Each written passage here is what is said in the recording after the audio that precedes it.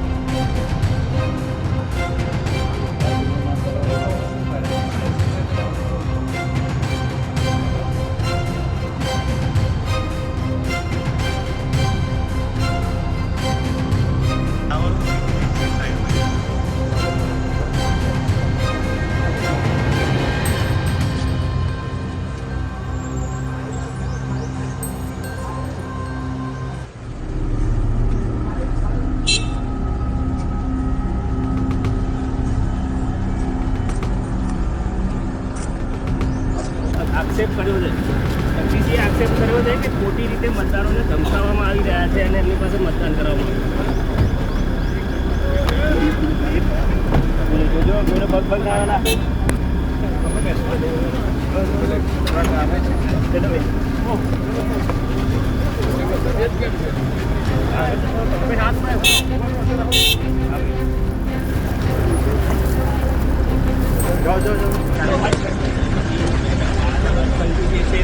રવાના થઈ રહ્યા છે લગ્નપતિ સાથે. હર્ષભાઈ, શું મુદ્દો હતો બેઠક? સંગઠનની બેઠક હતી. ખાસ જે પ્રકારની વિગતો મેળવી છે, ખાસ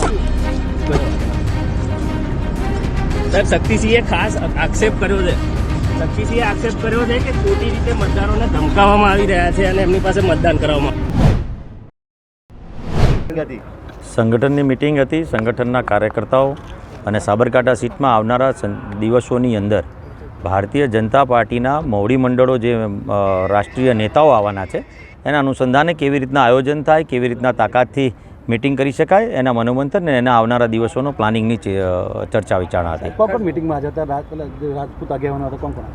તમામ સમાજના આગેવાનો પણ હતા. એમાં ક્ષત્રિય સમાજના આગેવાનો પણ હતા અને અહીંયા તમામ લોકો અહીંયા ઉપસ્થિત છે. ક્ષત્રિય સમાજનો જે વિરોધ થઈ રહ્યો છે તેને લઈને ડેમેજ કંટ્રોલ વર્ષ આવે છે એવું તમે માનતા હશો, પરંતુ હું એવું માનતો નથી કે વિરોધ ચોક્કસથી ક્યાંક ને ક્યાંક જોવા મળી રહ્યો છે. એનું દુઃખ પણ છે કે જે રીતે સામાજિક વાત હોય એ રીતે, પરંતુ એવું ક્યાંય મને લાગતું નથી. સાબરકાંઠા હોય કે ગુજરાતની 26માં એક સીટ તો બિનહરીફ થઈ છે અને 25 સીટો ચોક્કસથી ભારતીય જનતા પાર્ટી જીતવાની છે.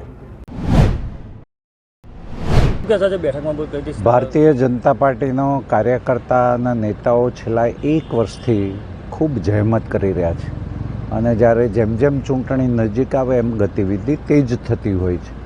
આજે મારા પ્રદેશના મહામંત્રી સંગઠન શ્રીમાન રત્નાકરજી, મહામંત્રી આદરણીય રજનીભાઈ જેઓ ઉત્તર ઝોનના પ્રભારી છે, ગૃહ રાજ્યમંત્રી હર્ષભાઈ સંઘવી છે, અત્યાર સુધીમાં થયેલા કામો અને હવે બાકી થયેલા કામોને કેવી રીતે ઝડપથી પૂરા કરવા માત્ર સંગઠનાત્મક મિટિંગ આજે હતી અને એ પ્રમાણે પોતપોતાને વિધાનસભામાં જે કામો થયા છે અને હવે જે પ્રવાસ બાકી છે એ પ્રવાસ પૂરો કરવાની ગતિવિધિ જે ચાલી રહી છે એ આજની મિટિંગનો એજન્ડા છે. સાહેબ, રાજપૂત સમાજના અગ્રણીઓ સાથે બેઠક થઈ રહી છે. આપણે બધા જાણીએ છીએ કે સમગ્ર ગુજરાતમાં રાજપૂત સમાજ એમનું કામ કરી રહ્યું છે.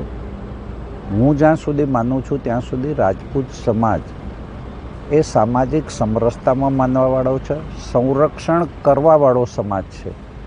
સાબરકાંઠા જિલ્લાની વાત કરીએ તો ત્યાં સુધી સાબરકાંઠા જિલ્લાના કોઈ ક્ષત્રિયો તરફથી ક્યારેય કોઈ હેરાન પરેશાનગી થઈ નથી અને જ્યારે આખા રાજ્યમાં જ્યારે આ ચાલતી હોય ત્યારે અત્યારે હાલ તો કમનસીબી એવી છે કે ક્ષત્રિયોના નામે કોંગ્રેસ આંદોલન કરે છે અને એ આંદોલનના કારણે મીડિયામાં અને અન્ય જગ્યાએ વાતો જાય છે, ક્ષત્રિય સમાજની વિરુદ્ધની જાય છે. એટલે મને લાગે છે કે કોંગ્રેસે પણ એના પોતાના પક્ષની વાત કરવી જોઈએ, પોતે કરેલા કામોની વાત કરવી જોઈએ.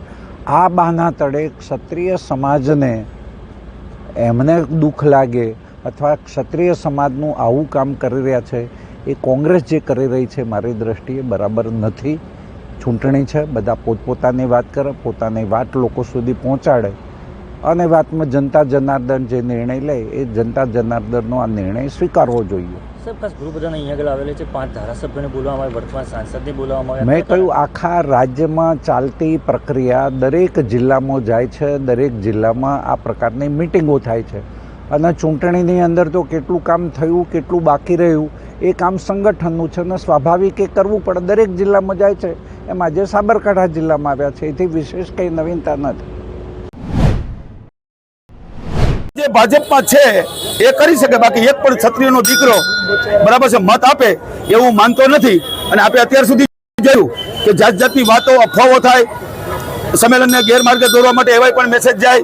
બરાબર છે, સંકલન સમિતિએ સમાધાન કરી લીધું, 2 ભાગલા પડી ગયા. મને બતાવો 2 ભાગલા, મેં ચેલેન્જ કરી છે. 2 ભાગલા તો ઠીક કે 92 હતા એમાંથી 91 થયા હોય અને 1 ગયો હોય તો એનું નામ આપો, પણ 92 ને બદલે અત્યારે તો 500 સંકલન સમિતિમાં જોડાણા નાની મોટી સંસ્થાઓ. એટલે આ સંકલન સમિતિને કોઈ તોડી શકે એમ નથી. આ સંકલન સમિતિનો જે અવાજ છે ક્ષત્રિય સમાજનો અવાજ છે. આ સંકલન સમિતિ તો સંદેશો આપે છે, જે રાજપૂત સમાજની હૈયાવરાળ છે એ રજૂ કરે છે. આ સંકલન સમિતિ કયો કે સહકાર સમિતિ કયો, આ તો ક્ષત્રિયોને સહકાર આપવા માટે, એક નેતૃત્વ પૂરું પાડવા માટે આ સમિતિ છે. આ સમિતિ કોઈ દિવસ એક પણ વ્યક્તિ આમાંથી ખળે નહીં, ભાગલા પડે નહીં અને ભાગલા પડશે નહીં એ હું તમને વચનને ખાતરી આપું છું. ને પડે તો હું મીડિયાની સામે આવીશ. અને જે અત્યારે મિટિંગો થઈ રહી છે એ ભાજપના હોદ્દેદારોની થઈ રહી છે. જોઈ લો તમે, રાજકોટ, જામનગર, ભાવનગર, સુરેન્દ્રનગર, એમાં એક ક્ષત્રિય બતાવો, સંકલ્પ સમિતિનો નહીં, એ સિવાય કોઈ પણ ક્ષત્રિય જે ભાજપનો હોદ્દો ધારણ સ્થાન રહેવા દીધું નથી. અને ત્યારે પણ સમાજે ક્યારેય બહાર આવીને આંદોલન નહોતું કર્યું, પણ જ્યારે પોતાની બેન દીકરીઓ બાબતમાં જે ટિપ્પણીઓ કરવામાં આવી અને ત્યારે ક્ષત્રિય સમાજને હૃદયથી ઉપર જે ઘા લાગ્યો છે એને વ્યક્ત કરીને એને જે ઘમંડીઓ છે એ ઘમંડીઓને એનું શાન ઠેકાણે લાવવા માટે આજે આ ધર્મરથ લઈને અમે નીકળ્યા છીએ અને ક્ષત્રિયત્વના એના અસ્તિત્વ માટે આજે એની લડાઈ આવીને ઊભી હોય ત્યારે ક્ષત્રિય સમાજ આજે લોક જાગૃતિ માટે તમામ સમાજને સાથે લઈને આ યુદ્ધમાં અંદર જોડાવા માટે આહવાન કરશે. અને સૌથી હું વિશુભા સતુભા ઝાલા, અત્યારે ક્ષત્રિય સમાજ અસ્મિતા અને સ્વાભિમાન લડત સમિતિ છે એનો જિલ્લા કન્વીનર છું. સંકલન સમિતિએ પાર્ટ 2ના ભાગરૂપે નક્કી કર્યું કે સમગ્ર ગુજરાતની અંદર 23 અને 24 તારીખથી જે ધર્મરથ અમે નીકાળી મા ભગવતીના જે તે જગ્યાએ એના આશીર્વાદ લઈ અને હવે આ ભાજપના જે નેતાઓને છે જે અત્યારે ધૂતરાજ થઈને બેઠા છે એમને સદબુદ્ધિ આપે કે જેથી કરીને એમના આવનારા દિવસોમાં તમારે શું છે કે અમે અત્યાર સુધીમાં એમ કહેતા હતા કે ભાઈ અમને વ્યક્તિ અમે વાંધો છે, પણ છતાં એમને ન માર્યું એટલે અમે એને કહી દીધું છે કે હવે અમારા વ્યક્તિની અમે પક્ષના અમે ભાજપ અમે વાંધો છે. જો તમારે રાજપૂત સમાજની જરૂર ન હોય તો અમારે પણ તમારી જરૂર નથી. અમે લડી લેશું. એના પરિણામ શું આવે છે, કારણ કે રાજપૂત કોઈ દી પરિણામ માટે સાહેબ કોઈ દી લડત કરતો નથી. પરિણામ જે પણ આવે અમારે અમારું કર્મ કરવાનું છે, ફળ ઉપાડવાના આપવાના છે. એટલે અમારે ન છૂટકે આ ધર્મ